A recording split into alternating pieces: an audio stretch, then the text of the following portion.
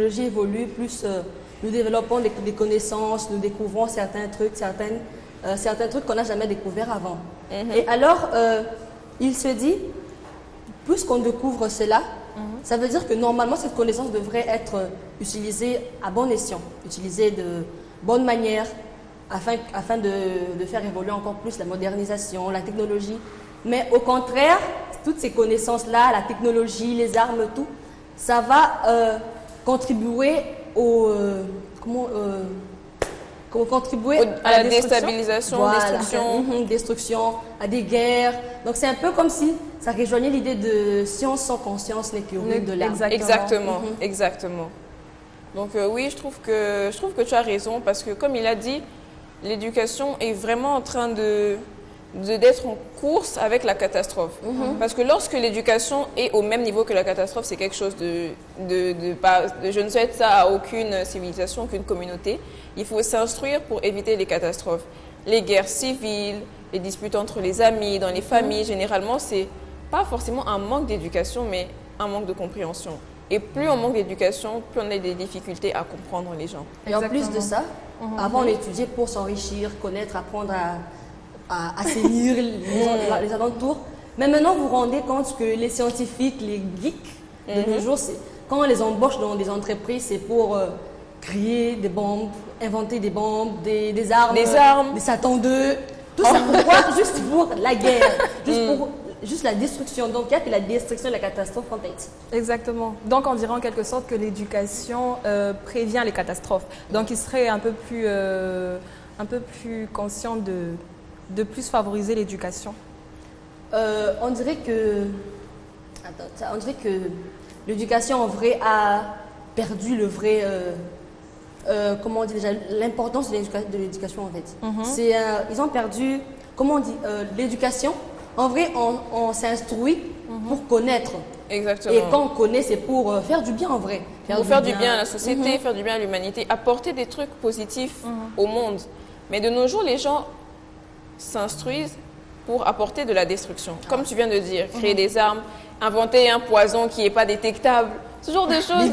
Des virus, la maladie. Des nouvelles maladies qui n'ont jamais existé. Et ils vont nous faire croire que c'est l'évolution du monde, mais c'est pas ça. C'est pas ça du tout. Ce sont leurs tentatives scientifiques un peu chelou, farfelues. Ouais. Exactement. Donc c'est vraiment compliqué. On doit faire un effort.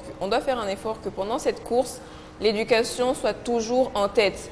Que l'éducation laisse la catastrophe vraiment loin derrière, parce que sinon l'humanité est vraiment vouée à l'échec. À l'échec et à la destruction totale. Comme on voit dans les films, une bombe vient sur le monde et le monde il explose. C'est ce qui va arriver si les gens refusent de s'éduquer. Et là, j'aimerais aussi parler à propos des jeunes filles qui, généralement, c'est des choses qu'on voit énormément. J'ai déjà même entendu une fois dans nos auditoires, une fille à qui on demandait « Pourquoi tu viens tout le temps en retard et tout le temps on doit signer pour toi la présence et tout ?» Oh non, moi je suis une femme claire, que j'étudie ou pas, je vais trouver un homme qui va m'épouser. Et les femmes noires alors? J'étais là, et puis en vrai de vrai, c'est pas la mentalité que des femmes claires, parce que même les femmes foncées aussi pensent parfois de cette manière, que même si j'étudie pas, je suis belle, je vais trouver un homme qui va m'épouser. Mais tu es en train d'inviter la catastrophe dans ta maison, tu penses vraiment qu'une femme qui n'a pas d'éducation peut survivre dans un mariage? Parce que le mariage n'est pas un monde rose, hein. Le mariage c'est carrément un autre univers. Il faut être intelligent pour survivre dans un mariage. Exactement. Par exemple, les femmes qui sont très superficielles et pas très instruites, lorsqu'elles épousent des hommes riches, c'est voyage à gauche, villa à droite, maquillage, shopping, chaussures. Et vous oubliez d'être concentré maintenant sur les contrats. TikTok, hein? Et voilà, vous oubliez d'être concentré sur les contrats. La maison est au nom de qui? Tu ne sais pas. Les voitures sont au nom de qui? Tu ne sais pas.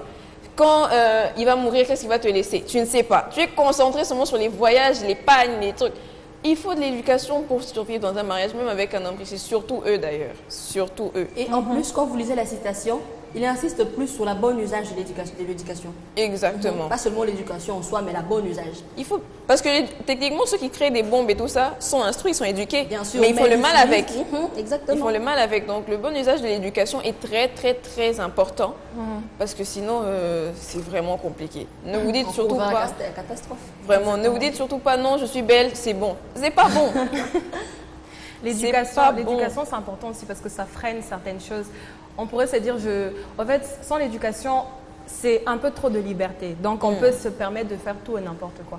Donc, je dirais que l'éducation, ça aide sur ce point à apaiser sur certains faits qu'on pourrait faire ou qu'on pourrait se permettre qu'on ne devrait pas faire. Donc, comme tu l'as dit, une fille qui se trouve belle et qui dit que non, je suis belle, alors je veux trouver un homme riche.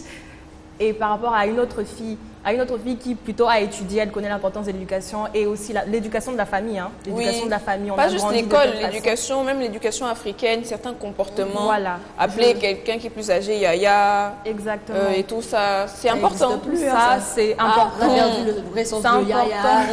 En fait, tout le monde parle le nom et ça va. Oui. Et ça va.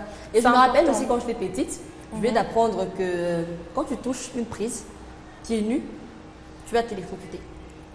Et quand j'ai découvert ça, et moi, dans ma manière, j'étais rusée. Je voulais blaguer, faire une blague à ma soeur. Je lui ai dit, non, viens toucher, elle était pieds nus, moi je vais ma bouche. Et quand elle a touché, elle s'est électrocutée, Et ça, c'est la mauvaise usage de l'éducation vraie. Voilà. Parce que quand j'ai appris ça, c'est pour nous prévenir que non, on ne fait pas ça parce que ça va arriver. Et là, elle a pris de la bonne façon. Elle s'est électrocutée. Ouais. Et c'est ça. Mais j'ai aussi une anecdote comme ça, je me souviens. Il y avait une tante à la maison, elle était en train de... C'était une tante qui m'énervait. Elle m'énervait énormément, je ne vais pas citer son nom ici. Donc, elle était en train de faire le foufou et moi, on m'avait dit... Elle va entendre ça. Elle était en train de faire le foufou et moi, on m'avait dit que quand on jette du sel dans la bouillie pour faire le foufou, après le foufou, il ne devient pas dur, il reste mou. Du coup, ce jour-là, j'étais énervée. J'ai pris une pincée de sel comme ça, j'ai mis dans sa bouillie. Elle est en train de mettre le foufou, mais le foufou, ça ne devient pas dur.